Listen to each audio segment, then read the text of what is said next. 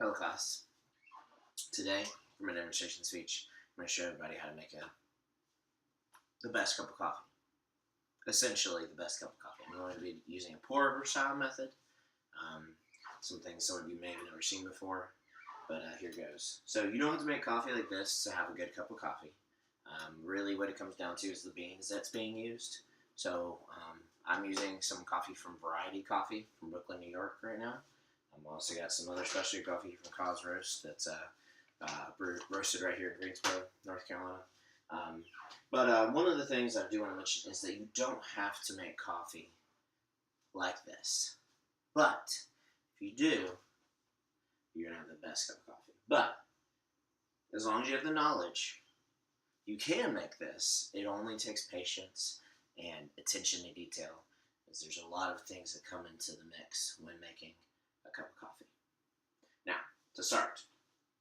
So, have you ever been in one of those hipster coffee shops where they may be making a pour-over or something similar to this?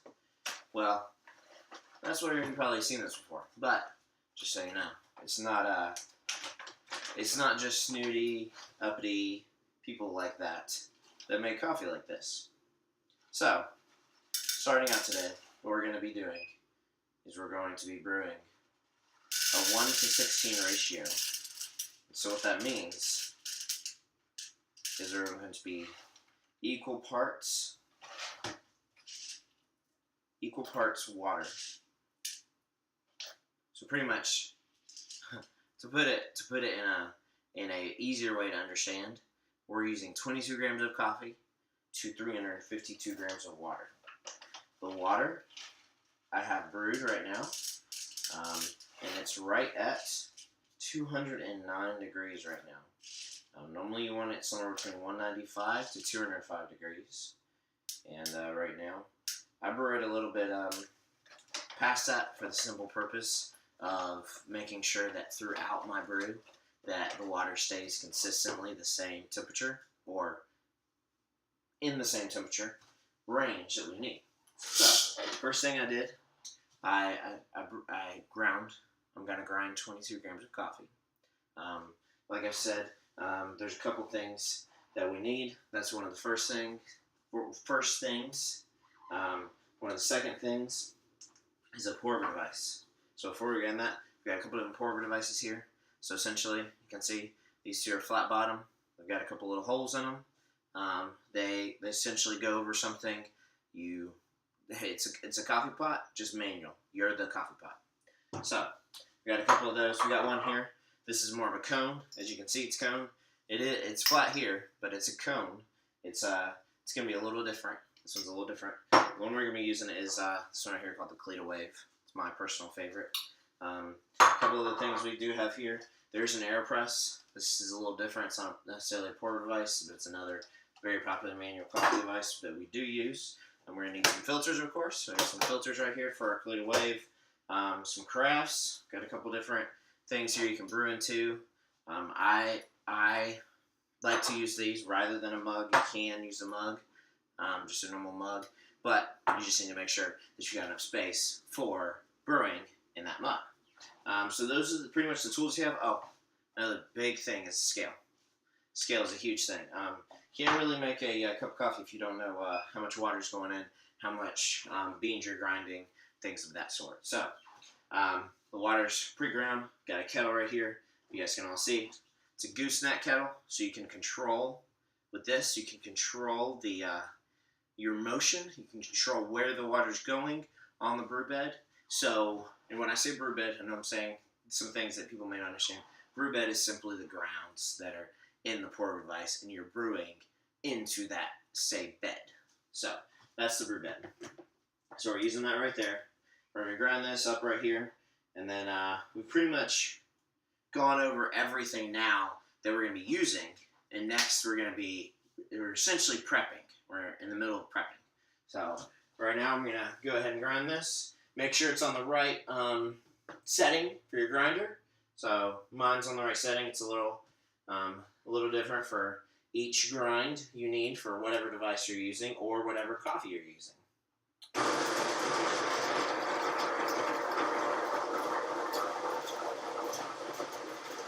It's really not that loud. I've heard this. A lot of grinders are much louder than this. So.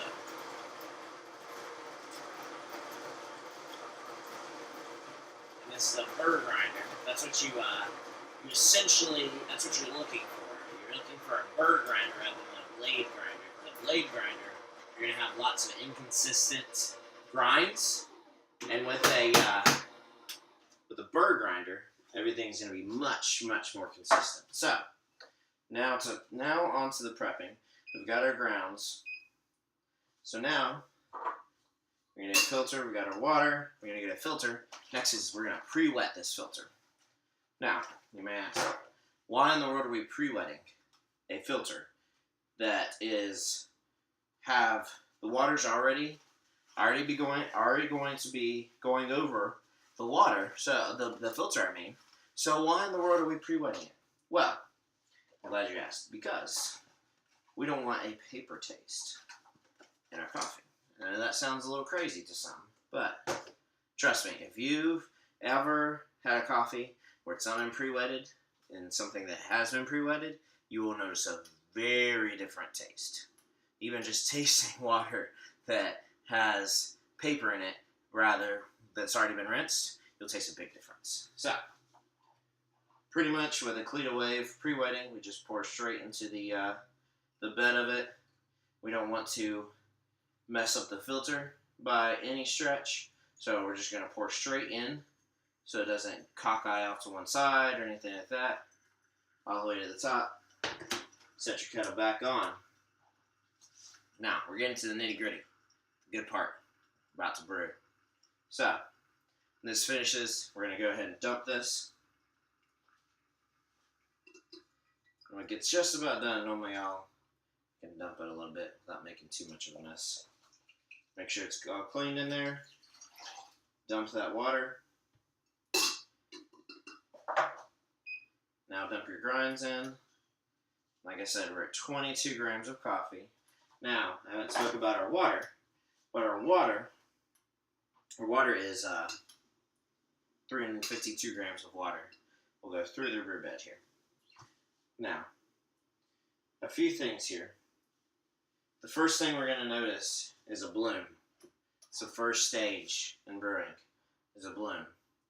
So, you're going to want to start the timer.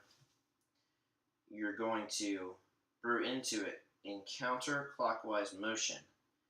And what we're trying to reach is double the weight of the beans. And so we're going in counterclockwise motion, covering the brew bed. It's going to bloom. When it's blooming, it's degassing. It's degassing carbon dioxide. Now, here's a quote here from Perfect Daily Grind that says, the bloom makes your coffee better in two ways. First, carbon dioxide has a sour taste that you don't want in your cup. So, that's the first way the second way is that it actually also it forces the extraction to take place. Extraction is what we're doing right now. Extraction, we've got a couple different things that happen during extraction. Extraction right now, we're pulse pouring. We're going over the brew bed, pulse pouring, slow circular motion, still in a counterclockwise motion. And we've got a couple different things that happen during the extraction period.